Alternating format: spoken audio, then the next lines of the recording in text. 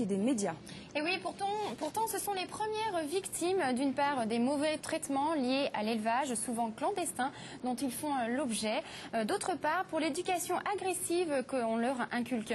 Autant dire que le proverbe « il n'y a pas de mauvais chien, mais que de mauvais maîtres » n'a jamais pris autant de sens.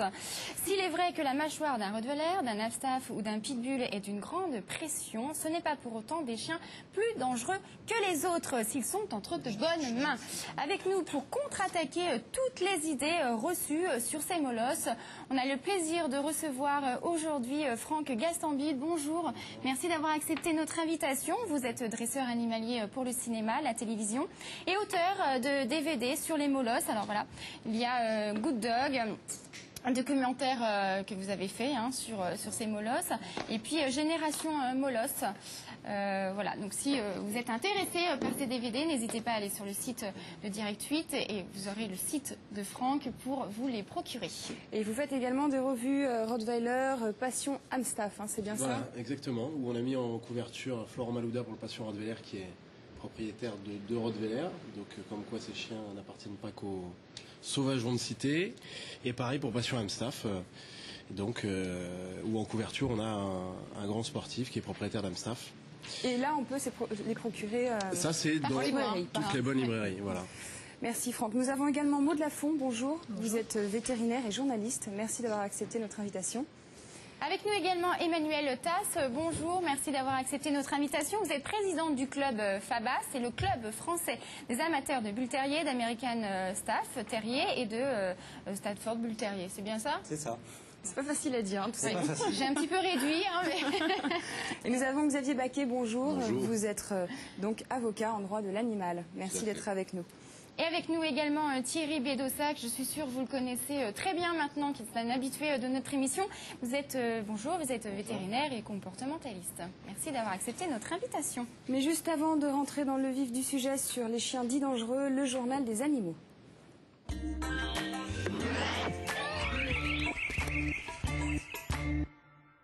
Cette semaine, dans l'actualité des animaux, souvenez-vous, il y a tout juste une semaine, nous parlions de Bruno, l'ours vagabond qui avait échappé aux autorités dans le sud de l'Allemagne et de l'Autriche. Eh bien, le ministère de l'Environnement de la Bavière a annoncé lundi dernier sa mort à 4h50 du matin près de la ville de Zell.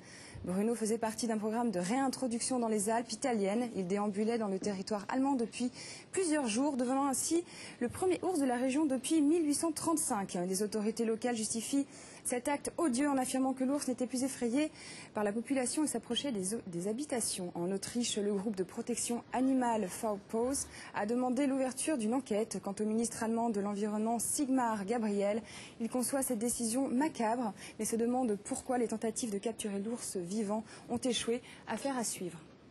Un trafic d'animaux démantelé. Près de 245 pangolins ont été saisis lundi dernier dans l'aéroport international de Bangkok. La cargaison qui venait de Malaisie avait pour destination le Laos.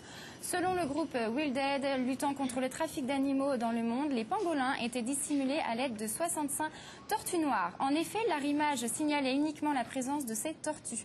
Le sud-est de l'Asie représente un véritable Eldorado pour le commerce illégal et ces espèces sont les proies de prédilection pour la médecine traditionnelle chinoise et vietnamienne, pays limitrophes du Laos. Toujours selon le groupe de protection, le pangolin s'élève à 48$ le kilo et serait vendu en Chine entre 200 et 300$. Pour l'instant, 2 personnes ont déjà été entendues dans l'affaire de contrebande. Voilà pour le journal des animaux. Maintenant, nous allons passer donc au vif du sujet. Thierry, alors qu'est-ce qu'un molosse? Expliquez-nous. Alors un molosse, je voudrais faire une distinction parce que c'est un amalgame que tout le monde fait aujourd'hui entre une réalité zootechnique, cynotechnique, ça c'est la science des races, et puis une réalité législative qui est une création du législateur et qui date d'il y a 7 ans, qui a défini des chiens dits dangereux et agressifs. En classant des chiens en première et en deuxième catégorie. Mais ça, c'est une catégorie définie par la loi. Je pense que monsieur Maître Baquet saura mieux en parler que moi. Mais un molosse, c'est un type racial qui existe depuis plusieurs milliers d'années. On en retrouve les premières traces il y a peut-être 4 ou 5 000 ans dans la lointaine Asie.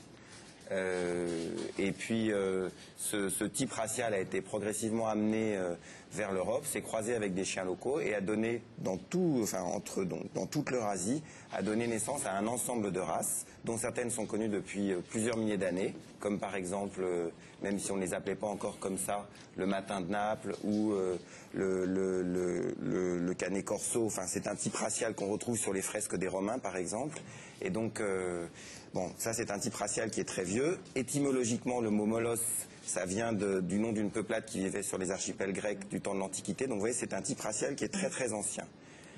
Voilà, donc ça c'est une réalité cynotechnique. C'est-à-dire que l'homme, par des croisements qu'il a organisés, qu'il a favorisés, a réussi à favoriser l'émergence d'un type morphologique avec des animaux très musclés, très corpulents, avec une apparence, voilà, qui est une apparence qui existe depuis très longtemps. Donc maintenant, je pense qu'il y en a peut-être d'autres qui vont nous expliquer ce qu'on a pu en faire de ces molosses. Je pense que... Alors juste avant, on va justement les découvrir en images. Regardez, on revient juste après.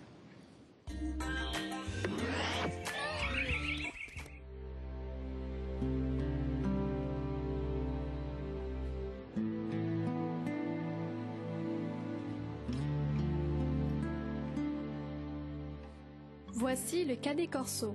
Poils courts et rêches, une peau épaisse, des oreilles traditionnellement raccourcies et un cou fort et puissant. Version moderne d'un ancien bouvier italien, il nous vient de Sicile, où il servait de chien de boucher et combattait dans l'arène. C'est un molosse classique, mais contrairement aux races qui lui sont géographiquement apparentées, sa peau n'est pas lâche. En revanche, il connaît les problèmes osseux et articulaires qui sont le lot des grands chiens.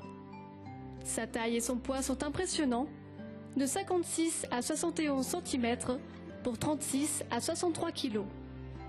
Le corso peut se montrer agressif avec les étrangers. Il faut donc qu'il soit entre de bonnes mains et que son élevage soit strict. Convenablement dressé, il fait pourtant un excellent chien de compagnie. L'activité physique lui fait le plus grand bien et il apprécie beaucoup la vie au grand air. Place au bulldog américain, un corps massif et musclé, un crâne large et carré, un moignon de queue en pointe et un poil ras lustré. Voilà déjà quelques traits typiques de la race. Son poids, de 30 à 58 kg, et une taille variant de 48 à 71 cm. Quand ils arrivèrent aux États-Unis au XIXe siècle, certains immigrants étaient accompagnés de leurs chiens, dont beaucoup étaient des chiens de troupeau. C'est parmi eux qu'il faut chercher les ancêtres du bulldog américain. Le bulldog américain est très proche de la race originelle, le bulldog anglais. La race n'est pourtant reconnue par aucune des grandes sociétés canines américaines. Aussi, elle n'est pas acceptée dans le circuit des expositions. À vrai dire, ce chien agile et plein d'entrain présente souvent des variations sensibles de taille et de robe. Son maître doit être capable d'apprécier son caractère bien trempé et faire en sorte que très jeune, il côtoie les autres chiens et l'homme.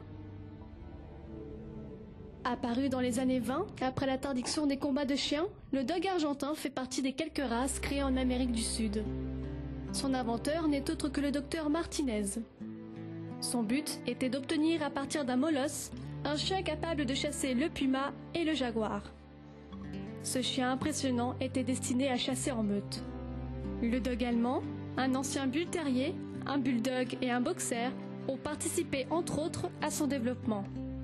Poils courts, lisses et toujours blancs, oreilles amputées pour accentuer son aspect féroce, le dogo peut peser jusqu'à 50 kg et avoir une hauteur de 65 cm.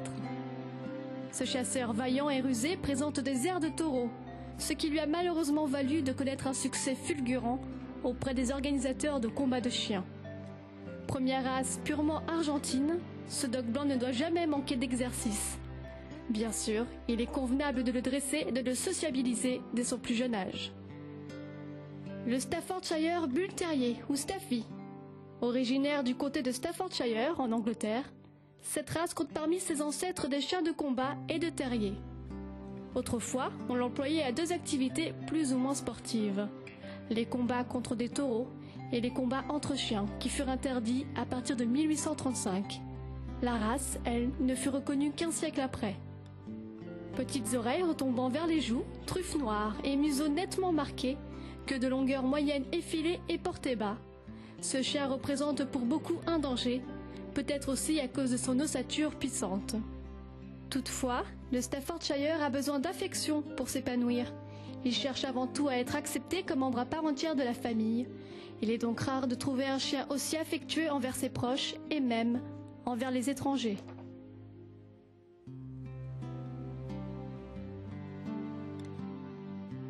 À ne pas confondre avec le Staffy, l'Amstaff ou American Staffordshire Terrier. Il trouve son origine au 19e siècle aux États-Unis. L'Amstaff possède généralement des oreilles coupées, des yeux ovales d'un beau brun foncé. Sa tête est large, ses pieds solides, son dos est relativement long et sa queue est mince par rapport au reste du corps. Au fil du temps, l'Amstaff a gagné en poids, taille et volume. Aujourd'hui, il peut peser jusqu'à 23 kg et mesurer en moyenne de 43 à 48 cm. Tous les individus de cette race, surtout les mâles, doivent très tôt apprendre à fréquenter d'autres animaux afin de maîtriser leur agressivité. Tout comme le bull terrier, l'Amstaff peut avoir un comportement imprévisible avec d'autres chiens. Mais il peut également se montrer très attentionné avec les adultes, comme avec les enfants. Il est presque toujours loyal et obéissant, ses origines de chien, de combat, se laissent donc oublier, à condition d'être bien élevé. Justement, petit zoom sur le bull terrier. Ce chien à l'allure étrange est un croisé entre le bulldog et l'Old English White Terrier, aujourd'hui disparu. On retrouve donc à la fois la ténacité du terrier et la force du bulldog. Originaire de Grande-Bretagne, il était au 19e siècle utilisé pour les combats de chiens. Aujourd'hui, c'est avant tout un chien de compagnie. Le bull terrier peut présenter une robe rouge, fauve, noir bringé ou tricolore, mais ce sont les spécimens de couleur blanche qui sont les plus recherchés. Son poids peut aller jusqu'à 28 kg et sa taille atteindre 56 cm. En observant le bull terrier, on peut être choqué par son physique, surtout avec cette tête en forme de ballon de rugby et ses yeux ovales. Mais contrairement à ce que l'on pourrait croire, cette race est moins mordante que les autres terriers. Bien qu'il puisse être difficile avec les autres chiens, il est en revanche très sociable avec l'homme. Un très joli reportage avec tous ces chiens. Si vous voulez poser toutes vos questions durant l'émission, n'hésitez pas à appeler le 01 46 96 43 64. Nos invités se feront un plaisir de vous répondre. Alors Thierry, pourquoi ces chiens sont dits plus dangereux que les autres finalement? Pourquoi? Je peux vous exprimer une émission personnelle. Je pense que chacun a des choses à dire. C'est de la démagogie politique. Donc c'est très bien expliqué dans son DVD. Donc on a un ensemble de races de chiens qui ont, à un moment donné, il y a 100 ans, 200 ans, 300 ans, 400 ans, parfois un millier d'années, parfois 2000 ans, 3000 ans, qui ont été utilisés, c'est vrai, pour le combat, pour leur férocité.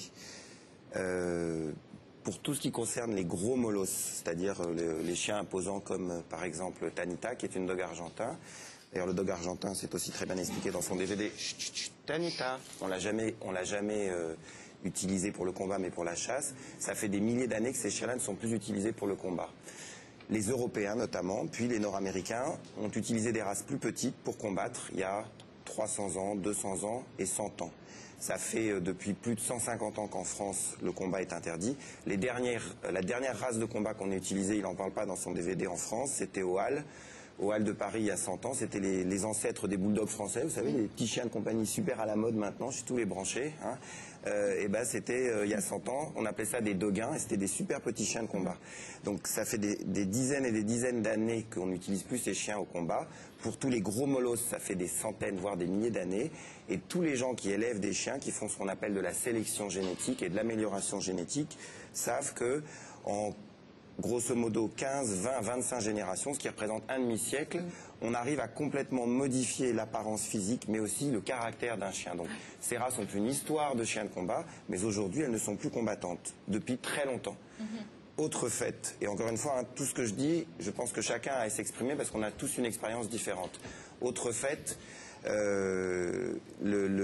donc il y a l'utilisation qu'on en a faite originellement. Il y a deuxièmement 2 choses à ne pas confondre. Le dressage, je crois qu'on a un très grand dresseur à sur votre plateau. Hein. Donc le dressage, on apprend des choses très spécifiques à un chien. Donc lui, il dresse des animaux pour le cinéma, il leur apprend à faire des choses très spécifiques. On utilise aussi des chiens dressés pour assister les aveugles ou les handicapés, ou pour retrouver des gens ensevelis sous les décombres, etc. etc. Donc ça, c'est le dressage. Moi, par exemple, je suis le plus nul des dresseurs de la Terre. Je ne sais rien faire, rien demander de précis à mes chiens. Par contre, moi, ce que j'adore, c'est les rendre happy, gentils avec tout le monde. Donc ça s'appelle la socialisation. Ouais. Les chiens sont des animaux sociaux, c'est-à-dire qu'ils sont comme nous, ils sont faits pour évoluer avec des congénères, et ce qui est le propre des animaux domestiques évolue aussi avec d'autres espèces, dont l'homme.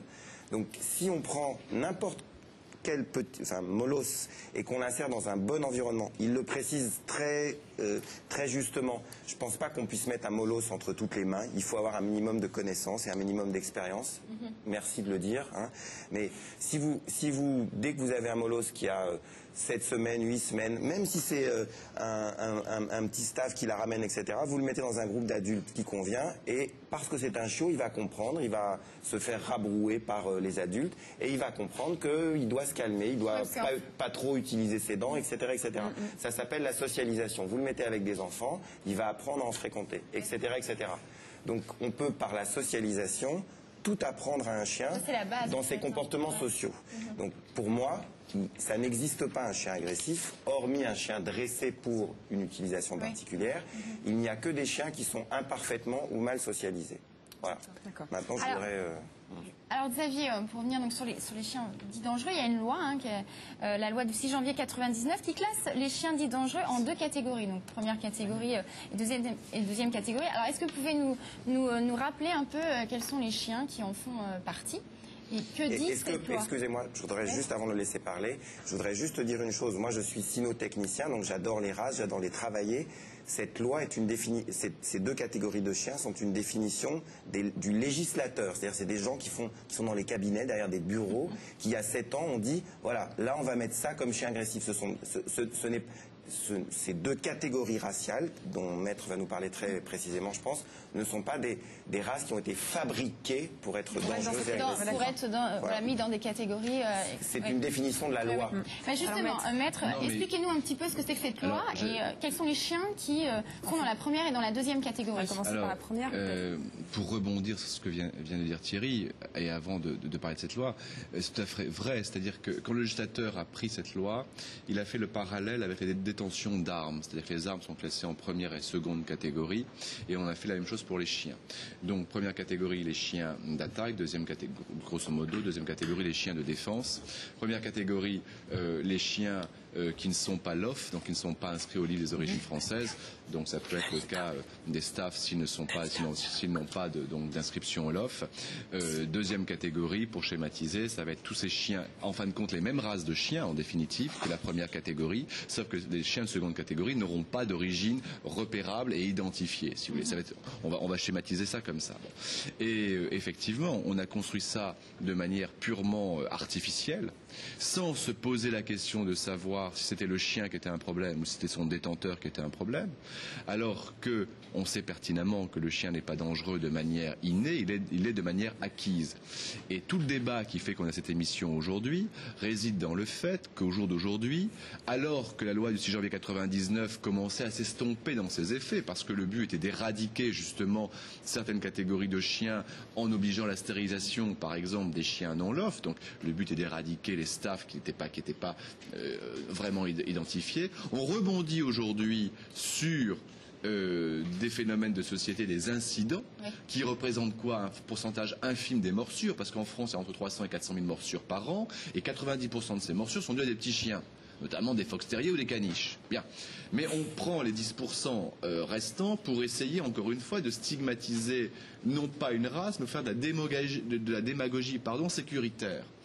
Et alors là, on s'insurge un peu, et moi j'ai envie de dire au ministre de l'Intérieur, avant de dire tout et n'importe quoi, alors ça n'engage que moi, et je mets en cause directement le ministre de la République, on ferait mieux de se pencher sur le problème n'est pas le chien, mais les maîtres. Alors ce qu'on va dire là, ce qu'a un peu dit Thierry, n'est pas politiquement correct, tout le monde ne peut pas avoir ses chiens. Donc il faut avoir l'honnêteté intellectuelle de dire qu'il y a une catégorie de la population française qui ne peut pas détenir ces chiens. Pourquoi? Parce que ce sont des gens qui eux-mêmes ne sont pas socialisés, ni socialisables. Alors c'est pas du tout politiquement correct, ce que je dis. Et c'est pas vendeur électoralement. Non. Bon.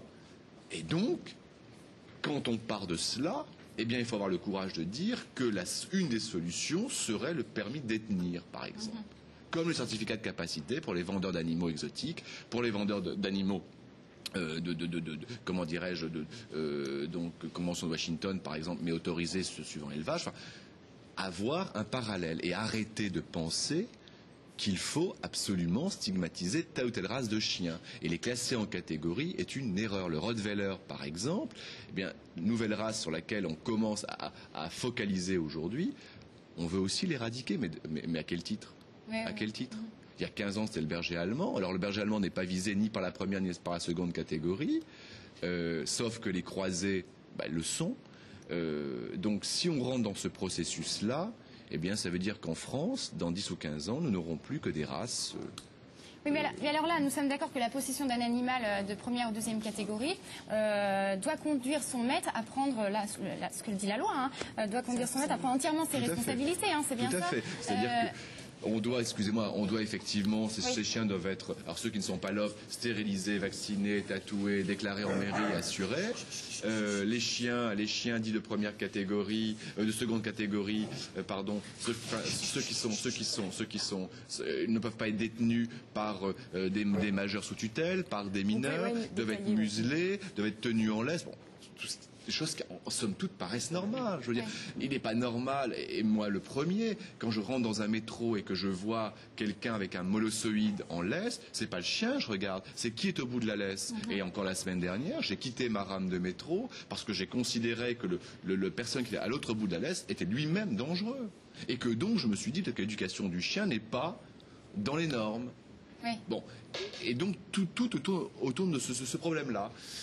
Et alors la loi, moi je considère que la loi telle qu'elle est aujourd'hui du 6 janvier 1999 se suffit à elle-même. Ça sert à rien de vouloir reprendre des textes supplémentaires, sauf peut-être effectivement à réfléchir. Et alors c'est ce que le ministre semble vouloir faire parce que, comme vous le savez, début juillet, on devait nous sortir un arrêté ministériel pour, comme il l'a dit très vertement et très démagogiquement, éradiquer toutes ces races.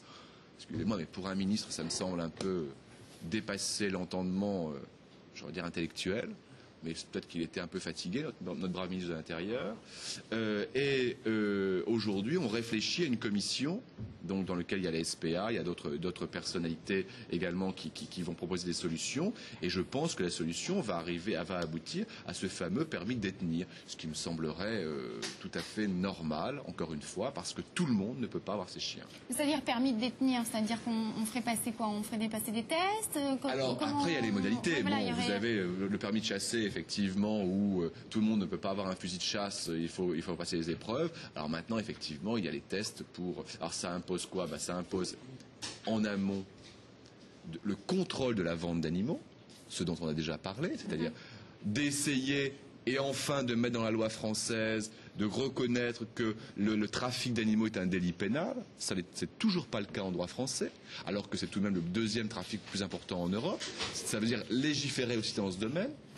Ça veut dire légiférer aussi sur le statut juridique de l'animal, chose qu'on refuse de... Vous voyez, ce que je montrais, c'est qu'on va vers le plus simple, même le simplisme, et on ne va pas vers ce qui est des réformes de fond, si vous voulez. Alors, le permis de détenir, eh bien, effectivement, ça va donc obliger les autorités à mettre en place tout un processus qui va aboutir à ce que telle ou telle personne pourra ou ne pourra ne pas avoir ce chien, et donc que le vendeur soit lui-même pénalement responsable.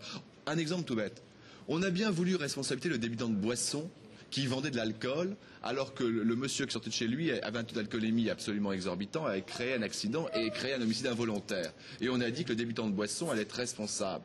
Mais si on va dans cette logique-là, pourquoi le vendeur de ces chiens-là, qu'il sait qu'il vend des chiens qui vont être incriminés un jour ou l'autre, ne serait pas lui-même tenu pour responsable de cette vente? Donc le permis de détenir va entraîner, et c'est bien ça la problématique, parce que nos politiques n'ont pas envie d'avoir des effets en chaîne, si vous voulez, c'est bien ça la problématique, parce que derrière tout ça, il y a un travail de fond énorme.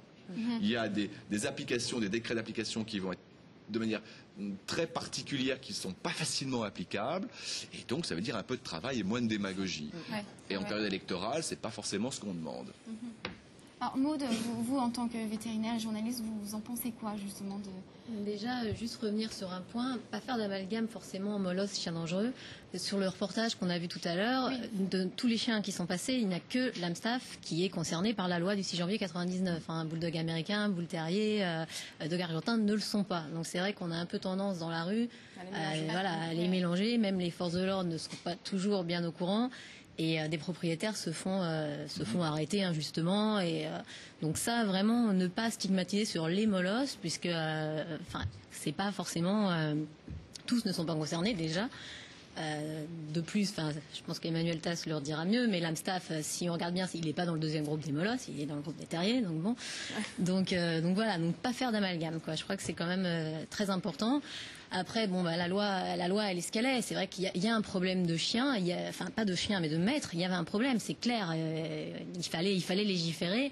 Bon, on est tous d'accord pour dire que les catégories, c'est pas forcément une solution qui se justifie. Et de toute façon, des chiens potentiellement mordeurs, il y en a. Tous les chiens sont potentiellement mordeurs. Donc bon, si on éradique ces chiens-là, il y en aura d'autres.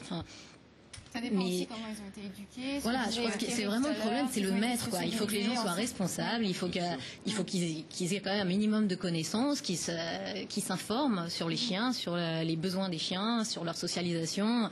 Thierry aussi a insisté là-dessus, c'est je pense le plus important. Bon, après le dressage, ça c'est le côté d'un Franck en parle aussi, c'est important, mais je veux dire, la socialisation c'est quand même la base, quoi. Il faut que le chien, il ait rencontré d'autres chiens, il ait rencontré d'autres personnes de toutes sortes, des enfants. Et on évitera bien des problèmes comme ça. Rappelez aussi que les agressions, les 3/4 des agressions ont lieu dans le cadre familial avec le chien de la famille. Donc là encore, légiférer, le port de la muselière à l'extérieur, etc. Bon, il faut y réfléchir, quoi, puisque ça concerne vraiment une minorité d'agressions. Ouais. Franck, vous vouliez rajouter quelque chose? Plein de choses, ouais, plein de choses. Écoutez, d'abord, c'est vrai qu'on disait tout à l'heure que ces chiens ne peuvent pas être adoptés par tout le monde, et on fait référence aux catégories sociales qui parfois ont déjà bien du mal à s'assumer eux-mêmes pour avoir assumé ce genre de chien. Et je crois que ces gens qui ont du mal à s'assumer eux-mêmes, de toute façon, auront du mal à assumer quelque race que ce soit de plus de 25 kilos. Oui.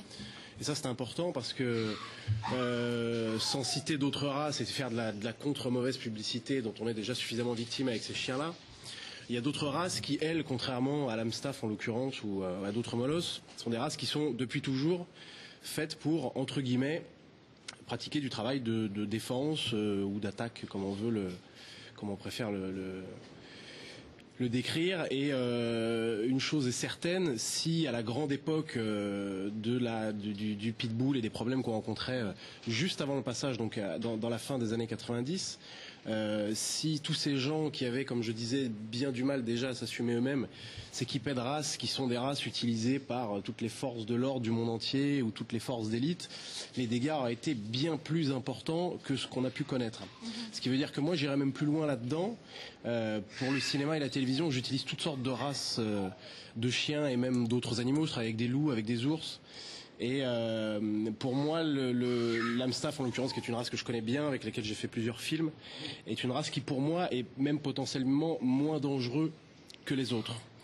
De par ses origines de chiens de combat, qui sont très très différentes. C'est-à-dire qu'un chien qui est génétiquement fait pour le combat, même si, depuis 1936, l'Amstaff et le pitbull sont différenciés par justement ces histoires.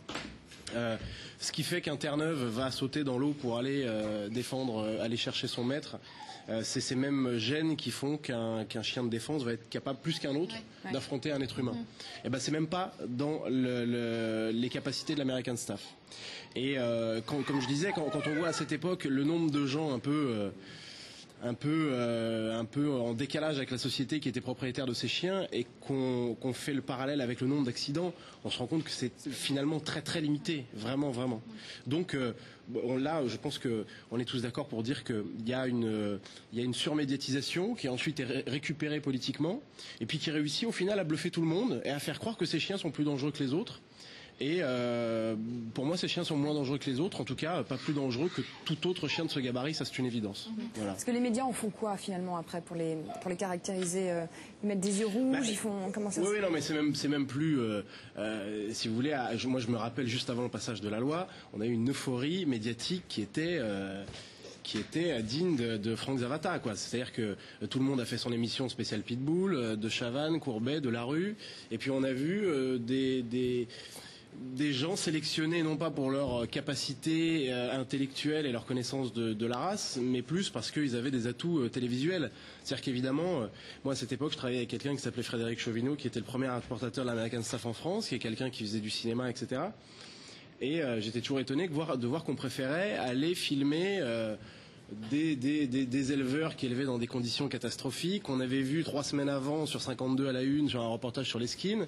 Et puis c'est eux qu'on choisissait pour défendre le pitbull. Ou alors on allait voir un petit mec de quartier qui allait avec grand plaisir montrer la mâchoire et dire que...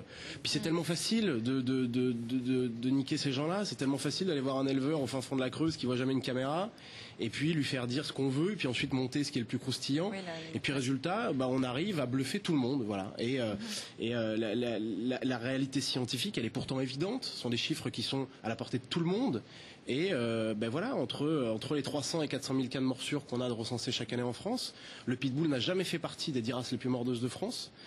Et pourtant, c'est celui qui a été le plus concerné par une loi, ce qui veut dire qu'on s'est tous fait avoir. Voilà. Il fait peur aussi. Ils font physiquement, ces chiens, comme ils sont justement un petit peu plus musclés que les autres, ils ont une mâchoire un peu plus. Non, je pense que ce qui fait peur, c'est que vous l'avez vu uniquement dans des images qui étaient censées le mettre en valeur ce côté-là. Voilà. C'est-à-dire, mais les 3 jours de surmédiatisation qu'on a vécu ces derniers temps nous montraient exclusivement des images dans les journaux. C'est-à-dire c'est le pitbull de Gennevilliers qui a mordu. Alors on le montre quand il s'accroche au barreau parce qu'il est en train de devenir fou dans cette cage d'1 mètre sur 1 mètre. Et puis voilà, c'est-à-dire qu'évidemment quand on ne montre que des chiens dans ces conditions-là, évidemment qu'on finit par se dire ce chien fait peur. Mais tout ça, c'est du cinéma, c'est de la mise en scène. Oui, c'est exactement. Alors justement, Emmanuel, vous êtes venu là avec un Amstaff, on l'entend un petit peu là, il est content d'être là. Armani, hein. Voilà. Armani. Exactement. C'est pas une marque, hein. C'est le nom de son chien. Oui, voilà. Bon, ce chien a l'air vraiment très cool, on peut le voir sur le plateau. Là, il est avec tout le monde, il se fait caresser. Bon, qu'est-ce que vous avez à... Je peux de toute façon qu'abonder dans le sens de tout ce qu'on a dit là, mais je voudrais insister moi sur l'aspect surmédiatisation et utilisation des incidents qui sont arrivés. Moi j'ai découvert quelque chose de fantastique et ça va intéresser les vétérinaires comportementalistes. Le chien est passionné de football. Depuis que la France est en 8e de finale, il y a plus de cas de morsure en France. Ça c'est quand même très intéressant. Donc c'est bien pour montrer que hélas, comme le disait Franck, on monte en épingle des incidents certes tragiques, mais comme il le disait, il y a 300 000 cas de morsure en France. Donc 300 000, vous faites le compte, ça fait un peu moins de 1000 par jour. Or, depuis quelques jours, les chiens ne mordent plus. Donc on utilise des faits divers tragiques, encore une fois, pour stigmatiser des races, notamment l'Amstaff, le Rottweiler, enfin tout ce qui peut être molosse. Et pendant ce temps-là, et quand on ne trouve pas de nouveaux incidents, on fait comme un journal de l'ouest de la France, on ressort un incident d'il y a 1 mois et demi, j'ai eu le cas récemment, je vais citer le journal d'ailleurs, Ouest France a sorti un article sur un bull terrier, qui avait... Pas trop cité quand même, hein. Je sais, mais ça mérite d'être relevé. Un bull terrier qui avait griffé un enfant il y a 1 mois et demi, donc ils ont ressorti ça récemment pour réalimenter cette psychose finalement, puisqu'on réalimente la psychose ancestrale de la peur du loup, la peur de la bête, au travers de ces animaux. Et c'est vrai que c'est dommage, et on a effectivement ce message important à faire passer, qui est le suivant. Les chiens ne sont pas en cause, encore une fois, ce sont tout d'abord les éleveurs qui ont un travail de socialisation important à faire. Les 2 premiers mois de vie du chien sont vitaux. Essentiel. Et ensuite, effectivement, les maîtres. Les maîtres, oui. Mais alors, quelles sont les nombreuses causes qui conduisent justement les chiens à mordre en général, hein. Je ne parle pas que des molosses, mais ce qui arrive le plus fréquemment comme accident, comme morsure. Il y a d'une part, on peut tirer des conclusions à partir de 2 choses. D'abord, les résultats des statistiques. Ce qu'il faut savoir, c'est que moi, dans le cadre de mon activité, je fais des consultations de comportement. Une consultation de comportement, ça dure en général 1 heure, 2 heures. Et puis, pour bien connaître un chien et pour bien connaître le type de relation qu'il entretient avec ses maîtres, il faut souvent plusieurs consultations, puis un travail avec un éducateur, etc., etc. Donc, quand on veut aller au fond des choses, en ce qui s'agit de comportement, ça prend beaucoup de temps. Les statistiques policières, c'est un questionnaire très vite rempli, chien de type, alors, vous voyez, on va dire c'est un molosse, allez, ça va être un pitbull, mais aucun expert de race n'était là pour vérifier qu'il s'agissait bien d'un pitbull. On va dire c'est un chien de type berger, mais tout ça, ce sont des policiers qui ne sont pas formés à la reconnaissance des races, qui vont mettre telle race. Donc ces statistiques-là, elles existent, mais je crois qu'elles ne sont pas très précises. Ça, c'est le premier point. Donc quand on dit 300, 400 000, 500 000 morsures, je crois qu'il faut relativiser. Si je fais mal à mon petit chiot, là, il va me serrer, je vais avoir une griffure, c'est une morsure. Enfin, vous voyez, il y a différents types de morsures. L'attaque délibérée d'un chien qui tue une personne, je crois qu'il faut insister là-dessus, rarissime, c'est tragique, mais c'est rarissime. Sur le nombre de chiens qui existent dans notre pays, il y en a 9 millions. Le nombre d'accidents, il est très très faible. On a beaucoup plus de risques d'avoir un accident de voiture ou de tomber sur le trottoir que de se faire mordre et agresser par un chien, sévèrement je parle. Donc il y a différents types de morsures. Ensuite, il faut savoir que le plus souvent, les chiens mordent, soit parce qu'ils ont peur, donc ils ont été mal éveillés à un ensemble de choses, mal habitués à un ensemble de choses, soit parce qu'ils veulent protéger quelque chose, parce que là encore, on ne leur a pas appris à laisser les personnes s'approcher de leur gamelle, laisser s'approcher d'un os, etc., etc. Donc dans les deux cas, c'est un défaut non pas de dressage, mais un défaut de socialisation. Vous voyez, moi je dirais que, pour moi, le chien du monsieur... Il chante. Il lui manque un petit quelque chose, c'est-à-dire qu'il a du mal à évoluer dans un environnement où il y a d'autres stimulations. Il est pas assez canalisé, bon, pour utiliser un terme. Mais c'est pas grave, c'est quelque chose qui, avec un travail, se corrige parfaitement en 1 mois ou 2. Voilà, donc c'est des petites choses comme ça.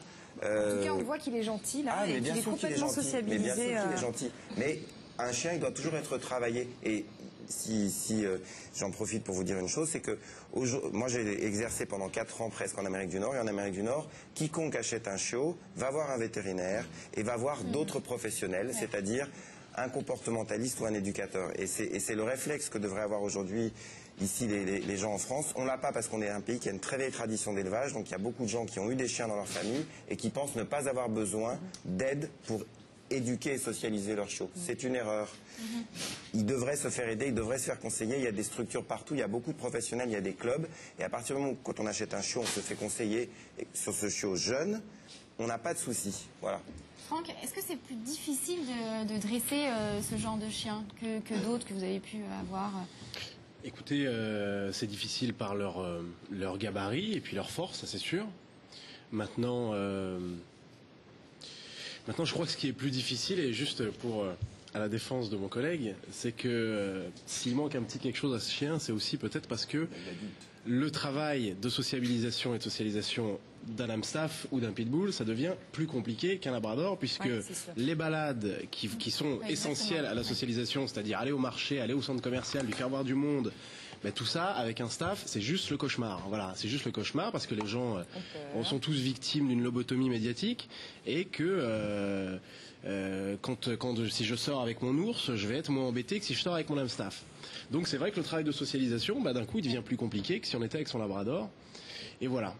Maintenant, je crois que effectivement, le chien est quelque chose de tellement populaire en France que les gens connaissent tous, quoi. C'est-à-dire que tout le monde connaît les chiens, tout le monde est dresseur, et puis un jour on a un accident, et si vous voulez, ce qui est important, évidemment que la base de tout, c'est la socialisation, c'est vraiment, avant même de parler de quelque éducation que ce soit, et la socialisation c'est quelque chose de très très large, c'est-à-dire un chien qui a peur de quelque chose, quel que ce soit, c'est forcément qu'il n'a pas été sociabilisé à cette chose. Ce qui veut dire que un chien qui attaque un enfant, le drame qu'il y a eu il y a quelques semaines, je dresse des chiens depuis 15 ans, c'est quasi inexplicable. C'est-à-dire que là, un chien qui va tout droit sur un berceau, qui s'attaque à un gamin qui ne bouge pas, qui est ficelé dans son berceau, C'est incroyable. En tout cas, il y a un très très très très grave problème de socialisation. C'est-à-dire que ce chien rentre dans un appartement, visiblement il s'en prend à personne, sauf à un enfant. Évidemment, il y a un très gros problème. C'est-à-dire soit il n'a jamais vu l'enfant de sa vie, soit on l'a entraîné à mordre des poupées. Enfin bon, voilà. Donc, en tout cas, pour revenir à la question juste, tous ces chiens-là, comme tout autre chien de 25 kilos, nécessitent une éducation. Et puis si on veut pas être démago, peut-être que celui-là, effectivement, en nécessite plus. Et en tout cas, va nécessiter qu'on se renseigne un petit peu plus et que tout le monde ne se prenne pas pour des dresseurs. Et peut-être que avec l'achat d'un de ces chiens, la visite obligatoire chez un comportementaliste, elle paraît évidente, quoi. Vraiment. Vétérinaire comportementaliste. J'aimerais simplement souligner une chose, l'effet pervers de tout ça, et je l'ai vécu pas plus tard que vendredi.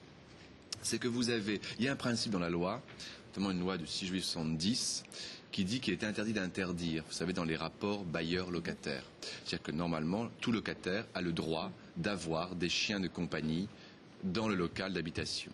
Eh bien, l'effet pervers de tout ça, c'est que vous avez des OPHLM, alors je ne les citerai pas, bien sûr, qui, partant de ce principe-là, procèdent à l'expulsion de leurs locataires, sous couvert du fait que ces gens aient des chiens dits dangereux, qui ne figurent même pas dans la loi du 6 janvier 99, qui ne sont même pas classifiés. Et donc, pourquoi je dis ça? C'est que il est très important d'enfin légiférer rationnellement et intelligemment dans le domaine de l'animal et d'accorder un statut juridique à l'animal, parce que derrière en chaîne, vous avez des gens dont on porte atteinte au droit de propriété, qui est quand même le droit fondamental dans ce pays. Et sous couvert justement d'aspects médiatiques, comme vous avez bien dit, de lobotomisation médiatique, on arrive à des drames humains, parce que les gens que j'ai défendus la semaine dernière vont être expulsés. Parce que le magistrat, que m'a-t-il répondu? Mais enfin, maître, c'est un chien dangereux. Je dis, de quel droit, Monsieur le Président, vous pouvez dire que c'est un chien dangereux? Ce chien était en l'occurrence un Rottweiler croisé Bosseron. En quoi était dangereux? Parfaitement. Le Rottweiler, ça existe depuis des centaines d'années. Exactement. C'était un chien de dans les plaines allemandes. Il gardait voilà l'effet. Le Bosseron, c'est le chien des plaines qui existe depuis 1000 ans. Tout à fait. Dans le voilà l'effet médiatique de quelque chose qu'on monte en épingle. Et c'est la raison pour laquelle je vous remercie d'avoir fait cette émission, pour essayer, j'espère, de remettre les choses en ordre, et j'espère qu'elles soient reprises par d'autres médias qui peut-être feront des plateaux plus intéressants que ce qu'on a vu jusqu'à présent. C'est vrai que, si je peux juste intervenir en 30 secondes, depuis mi-juin, nous, on a une recrudescence d'appels de propriétaires de chiens qui sont confrontés à des problèmes avec leurs propriétaires, qui leur disent, voilà, vous avez 15 jours pour partir, ou vous avez 30 jours pour partir, ou vous séparez de votre chien. Et voilà, exactement. C'est terrible, ça. Exactement. Et ça, j'ai eu le cas la semaine dernière avec une dame de 55 ans qui avait un Amstaff. Comme quoi ce n'est pas réservé qu'à un public particulier, encore une fois, et qui était catastrophée parce qu'elle risquait de se retrouver dehors du jour au lendemain si elle ne se séparait pas de son chien. Ah oui, c'est terrible. Donc là, il y a vraiment effectivement une problématique. Il y a un réel problème. Alors que le principe même, et celui d'ordre public, 6 juillet 70, dit qu'il est interdit d'interdire. Et le droit de propriété est vraiment un des droits fondamentaux dans ce pays. Ouais. Ça, c'est un problème et surtout une très grosse injustice, et qui, encore une fois, est uniquement due à une médiatisation et qui entraîne ensuite des décisions politiques. Au départ, c'est pas une médiatisation. C'est-à-dire qu'il y a eu focalisation sur entre guillemets une catégorie sociale, et puis c'est très facile de mettre en cause les chiens, puisque les chiens ne votent pas, etc. etc. Donc, et on va leur supprimer leurs chiens, et on va les brimer, etc. etc. Donc ça, c'est le côté... c'est l'arène politique et médiatique d'aujourd'hui. Avec tous les... Enfin, on ne va pas faire de politique à cette table, je pense qu'il y en a d'autres qui s'en chargent. Non, mais pour nous, mais il y a aussi une chose quand même, et je tiens à revenir là-dessus, c'est que le législateur a inventé quelque chose qui est complètement irrationnel. Les chiens côtoient l'homme depuis peut-être 100 000 ans, les races existent depuis peut-être 7-8 000 ans, les molosses existent depuis peut-être 5-6 000 ans, ça fait 5-6 000 ans qu'ils nous côtoient. Si ces chiens étaient dangereux et agressifs, ça fait longtemps qu'on les aurait éliminés, on n'est pas stupides. Donc, et depuis 6 ans, on a créé par la loi, une catégorie de chiens considérés comme dangereux. C'est stupide. Ça n'existe pas sur le plan. Mais parce qu'on n'a pas le courage politique de dire, et je suis désolé, je le redis, de dire qu'il y a une certaine catégorie sociale qui ne peut pas être propriétaire de ce genre de chien. Est-ce qu'on va éradiquer les chauffards qui roulent à 210 km/h avec un taux d'alcoolémie de 3,8 grammes dans le sang? Non. Or, si on considère que l'animal est un bien meuble, je suis désolé, la voiture est un bien meuble aussi, on va appliquer les mêmes règles, et bien on va éradiquer sécurité, pourquoi pas les chauffards. Et surtout, on rentre dans une logique comme celle-là, donc il faut arrêter. Ouais, et surtout, quand un chauffard tue 2 personnes au volant de sa voiture, on ne se retrouve pas tous à être interdits de voiture où on ne nous enlève pas des points à tous. Ouais. Alors écoutez, on a des personnes au téléphone. Je crois que c'est Ludovic. Bonjour Ludovic. Vous nous appelez d'où Ludovic? À côté de Nantes. Quelle est votre question? Alors voilà, je suis propriétaire d'un bulldog américain et j'aurais voulu savoir le statut actuel qu'il avait juridiquement et s'il était reconnu en France, quel statut il aurait. Maud? Alors, le bulldog américain n'est pas reconnu pour l'instant. C'est un chien qui est arrivé en France à la fin des années 90, donc très récemment. Pour l'instant, le bulldog américain n'est pas considéré comme un chien de première ni de deuxième catégorie, puisqu'il n'est pas l'off, c'est clair. Il est reconnu aux États-Unis par certaines fédérations cynologiques qui ne sont malheureusement pas reconnues au niveau international. Bon, c'est un peu compliqué. Ce qu'on peut dire, c'est que le bulldog américain est en cours de reconnaissance aux États-Unis. Enfin, des démarches ont été engagées. Et qu'en France, actuellement, même s'il est hors la loi, parce que pour le moment, il n'a pas de statut particulier. Si on s'en tient uniquement aux critères morphologiques, parce que la loi a aussi ça de pervers, c'est qu'elle a résumé les chiens dangereux à un tour de maître ruban. Parce que l'annexe de l'arrêté qui cite les chiens de première catégorie dit qu'un pitbull, c'est un chien dont le périmètre thoracique est de 60 cm ou après 80 cm. Donc bref. Donc si on s'en tient aux critères morphologiques, le bulldog américain n'est pas concerné par la loi du 6 janvier 99. D'accord. Merci. Très bien. Est-ce que vous me permettez juste une remarque pour que ce soit clair pour les gens qui nous regardent? La sélection des chiens, c'est-à-dire leur suivi génétique, leur amélioration génétique, est assurée depuis plus de 100 ans par les éleveurs qui sont regroupés au sein d'une association qui fédère tous les clubs de race, qui supervise la sélection génétique, qui s'appelle la Société Centrale Canine. Quand on dit qu'un chien a des papiers, ça veut dire qu'on connaît sa généalogie. On connaît ses parents, on connaît ses grands-parents, on connaît ses arrière-grands-parents, et ainsi de suite, parfois jusqu'à 50 ou 100 générations. S'il a des papiers et qu'on connaît sa généalogie, ça veut dire que chaque génération de chiens est passée devant un expert de la race quand il est devenu adulte, en gros quand il avait 12 ou 15 mois. Et cet expert de la race, qui est un juge, a déterminé s'il était conforme par son apparence aux standards de sa race, d'une part, et d'autre part a déterminé s'il était équilibré sur le plan comportemental. Un juge a comme première tâche d'éliminer de la confirmation, donc de la généalogie, les chiens qui sont considérés comme trop heureux ou agressifs. Donc, acquérir un chien qui a été l'objet d'un processus de sélection et d'amélioration génétique reconnu par le livre des origines français permet d'avoir quand même une bonne assurance qu'on acquiert un chiot sain. Et quand on parle de chiot identifié, quand on parle de... C'est de ça qu'on parle. Ça n'a rien à voir avec le tatouage ou la puce électronique, qui par ailleurs sont des mesures d'identification obligatoires. Je le dis parce que il faut éclaircir ce point-là. Merci Ludovic. Voilà Ludovic, merci beaucoup. Au revoir. On a une autre question de Laetitia. Bonjour Laetitia. Bonjour. Vous nous appelez d'où Laetitia? De Bordeaux. Quelle est votre question? On vous écoute. Alors, nous avons recueilli un chiot qui avait 1 semaine chez un vétérinaire. Il avait été abandonné, donc on ne connaît pas les parents. Mais j'ai bien cru reconnaître que c'est un bulldog anglais, dans le reportage. Et je voulais savoir, donc au niveau de sa stabilisation, on l'élève au bib, comment ça allait se passer. Alors, bon, j'ai une chienne, un chat, donc bon, on lui présente. Mais bon, pour l'instant, il est exclusivement avec nous. Alors, sauf qu'il n'y avait pas de bulldog anglais dans ce reportage. Alors, je sais pas. Dites-moi à quoi il ressemble votre chien, je vais vous dire. C'est un petit chien, une large mâchoire noire. Il avait une tache blanche. On a vu le même dans le reportage. Une tache blanche au niveau du poitrail. C'est un staffy. Il est tout petit. C'est petit, c'est gros. Combien il pèse? Normalement, là, 500 grammes pour 15 jours. D'accord. Donc peut-être un staff anglais. Ouais, bon, j'ai reconnu, dans le reportage, j'en ai vu plusieurs qui lui ressemblaient quand même, voilà. D'accord.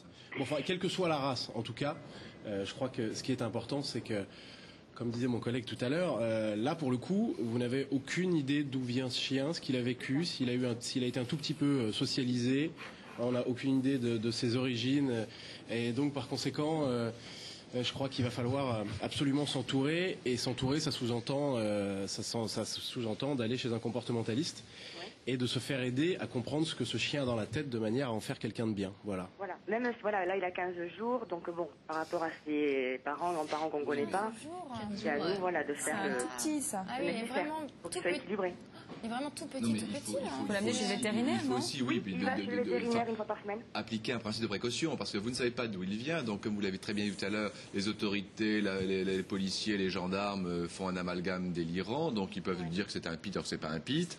Et puis, vous pouvez vous retrouver que votre chien en fourrière est obligé d'euthanasier. Donc, moi, ce que je vous conseillerais, c'est d'aller voir un spécialiste en reconnaissance de race. Alors, pour ne pas faire de publicité, il y a le professeur Courreau en France qui est le spécialiste donc pour pouvoir reconnaître les races, afin d'essayer d'identifier votre chien pour éviter que d'office les autorités vous le mettent en première catégorie, parce que sinon vous risquez à l'âge adulte de voir votre chien en fourrière euthanasié dans les 48 heures qui suivent.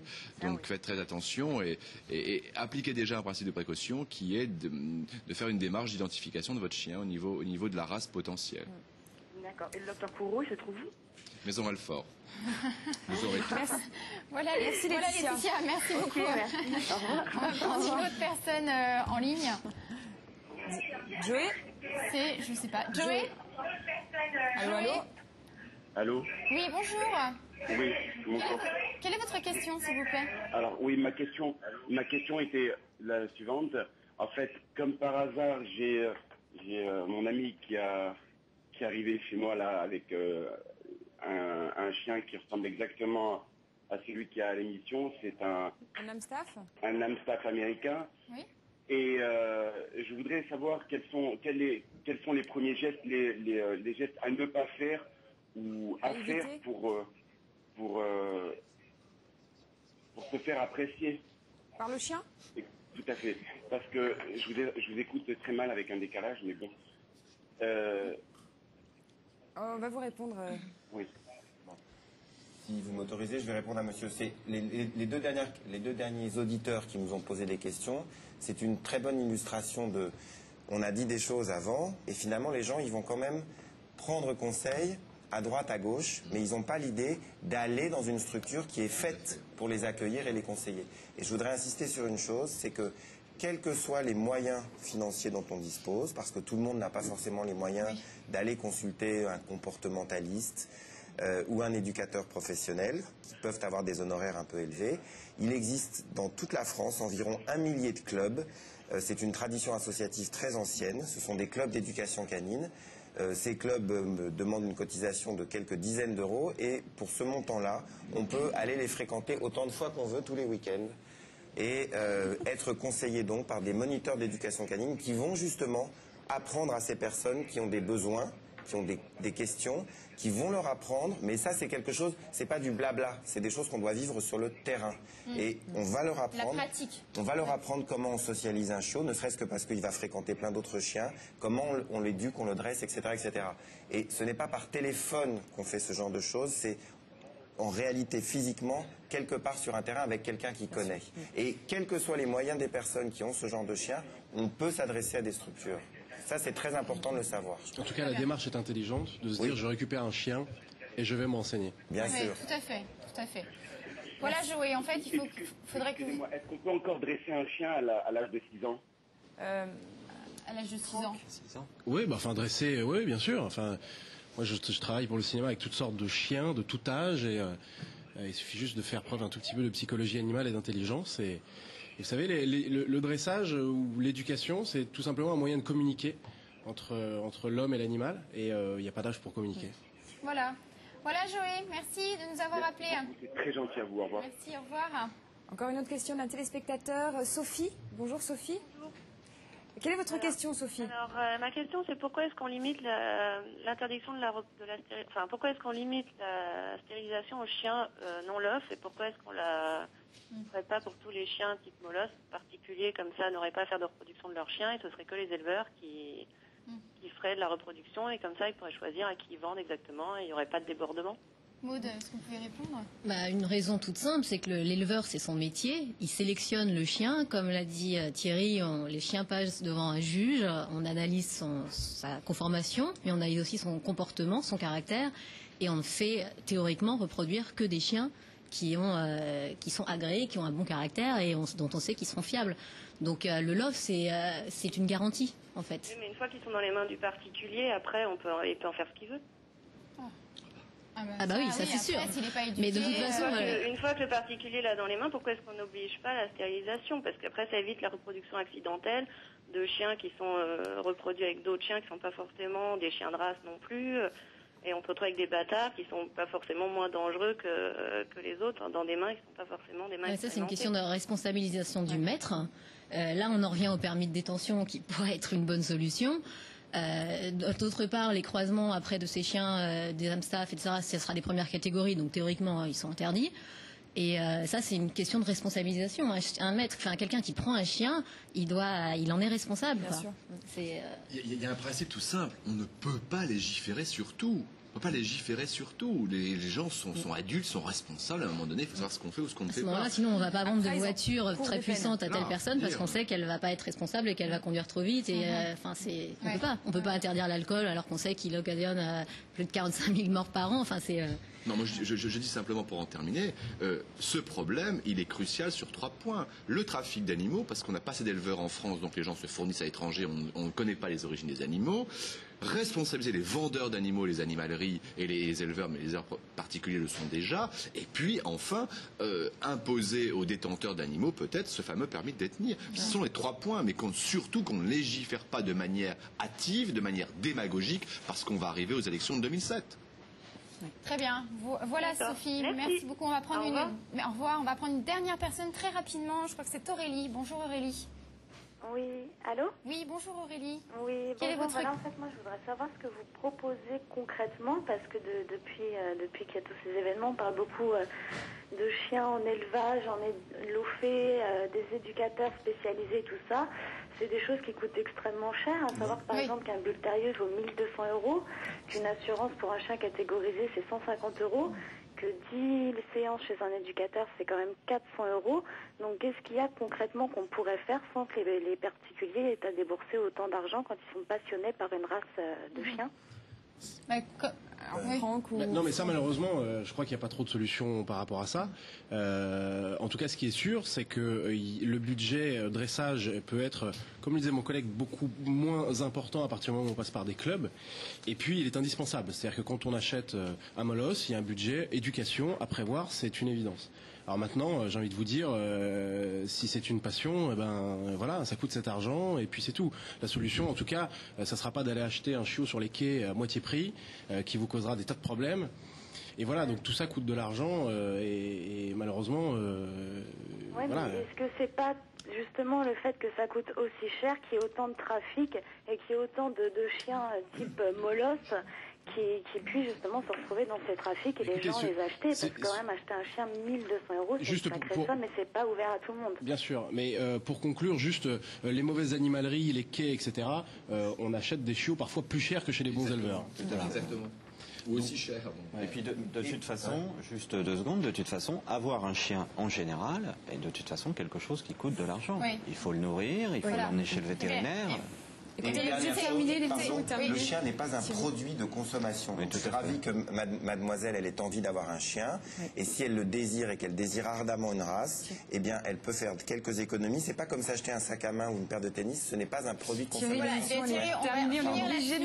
Merci Aurélie de nous avoir appelés. Pardon aux autres personnes qui nous ont appelés aussi, qu'on n'a pas pu prendre aujourd'hui. On se retrouve mercredi prochain à 17 h. Très bonne journée. Merci à tous. Merci à vous d'être venus. Merci. Au revoir.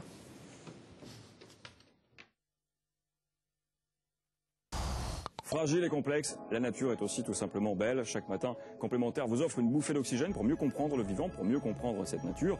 Et comme vous le savez, Complémentaire est une émission interactive. On vous invite donc à partager avec nous vos réactions, vos témoignages. Faites-le entre 9 h et 10 h, chaque jour, du lundi au vendredi, dans Complémentaire, bien évidemment. Ne lui dites surtout pas qu'il est encore un homme politique. Il vous répondra qu'il est écrivain. Il s'agit de François Léotard qui, après avoir été ministre de la Culture,